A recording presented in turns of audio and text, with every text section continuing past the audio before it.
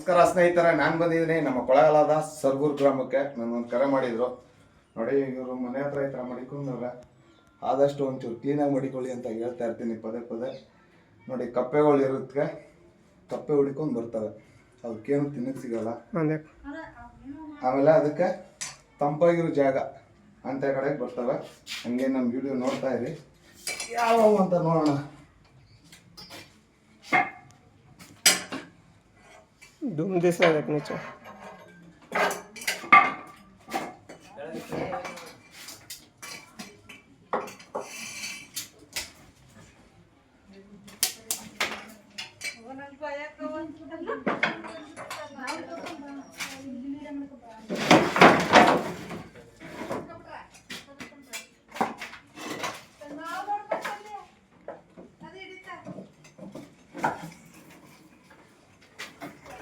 ಇದು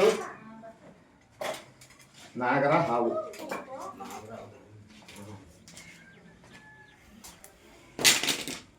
ಆದಷ್ಟು ಮನೆಗಳ ಹತ್ರ ಕ್ಲೀನಾಗಿ ಮಡಿಕೊಳ್ಳಿ. ಈಗ ಬೇಸಿಗೆಗಾಲದಲ್ಲಿ ಹಾವುಗಳು ಜಾಸ್ತಿ, ಎಷ್ಟು ಹೇಳಿದ್ರು ನೀವು ಕೇಳಲ್ಲ.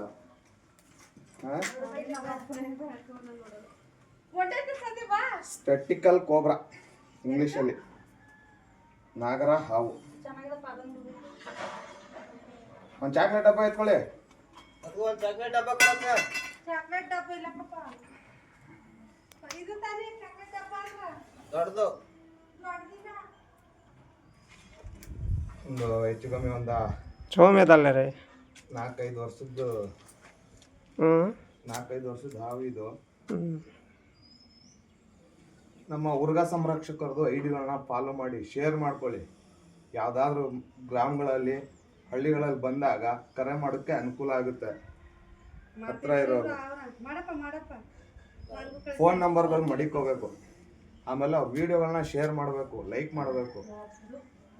ಬೇಡದೇ ಇರೋ ವಿಡಿಯೋಗಳಿಗೆಲ್ಲ ಲೈಕ್ ಮಾಡ್ತೀರಾ, ಇದು ಮಾಡ್ತೀರಾ, ಫಾಲೋ ಮಾಡ್ತೀರಾ. ಆಗುವಂಥವ್ರದ ಯಾರು ಮಾಡಲ್ಲ.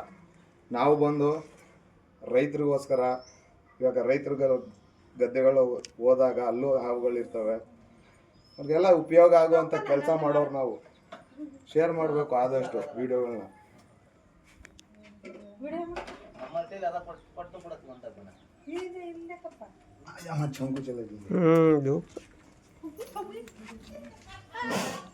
ಚಾಕ್ಲೇಟ್ ಡಬ್ಬ ಇಸ್ಕೊಳ್ಳಿ, ದೊಡ್ಡದು ಬರ್ತಲ್ಲ.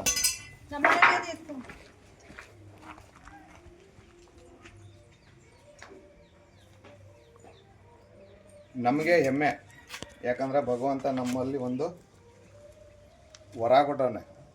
4-6 ಜನಕ್ಕೆ ಉಪಯೋಗ ಆಯ್ತೀವಿ. ಏನು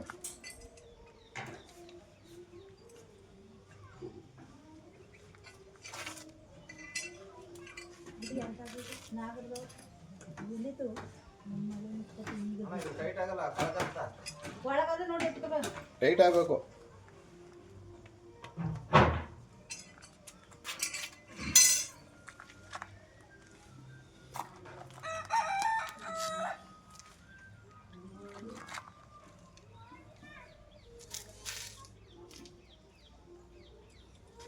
ಹಾವುಗಳ ರಕ್ಷಣೆ ನಮ್ಮೆಲ್ಲರ ಹೊಣೆ. ಪ್ರತಿಯೊಬ್ಬರು ಹಾವನ್ನ ಕಾಪಾಡಬೇಕು.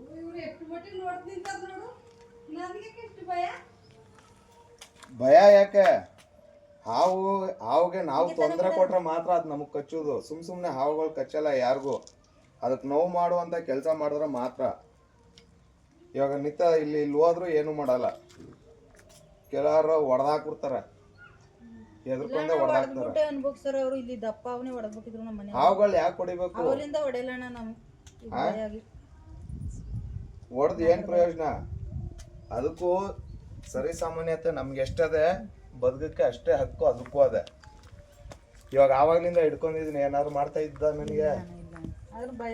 ಅದಕ್ಕೆ ಏನ್ ಗೊತ್ತಾ, ತೊಂದರೆ ಮಾಡಿದ್ರೆ ಅದ್ ಮೊದ್ಲೇ ಎಡೆ ಎತ್ಕೊಂಡ ಇದು ನಿಮ್ಗೆ ಬರಬೇಡಿ ಅಂತ ನಿಮ್ಗೆ ಇದ್ ಮಾಡುತ್ತೆ. ಅದು ಹೊಡಿಬೇಡಿ, ಬರಬೇಡಿ ಅಂತ ಹೇಳುತ್ತಲ್ಲ.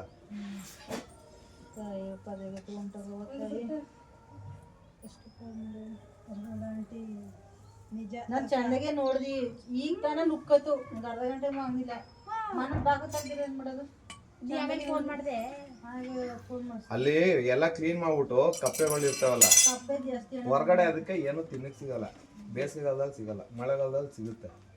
ಮನೆಗಳ ಹತ್ರ ನೀವು ನೀರು ಹರಿಸ್ತಿರಲ್ಲ, ನೀರು ಹರಿಸ್ದಾಗ ಏನಾಯ್ತೆ, ಕಪ್ಪೆ ಬಂದು ಸೇರ್ಕೊಬಿಡುತ್ತೆ. ಎಲ್ಲ ಬೆಳೆದ ಇಟ್ಕೊಂಡು ತಾಯಿ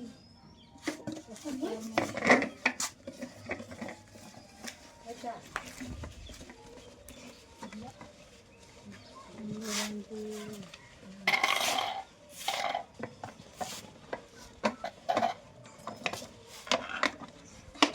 ಒಬ್ರಿಗೊಬ್ರು ತೊಂದರೆ ಮಾಡಿದ್ರೆ ತಾನೇ ಏನಾದರೂ ಆಗೋದು. ಸುಮ್ಮನೆ ತೊಂದರೆಗಳು ಆಗಲ್ವಲ್ಲ. ಕಟ್ ಕರೋ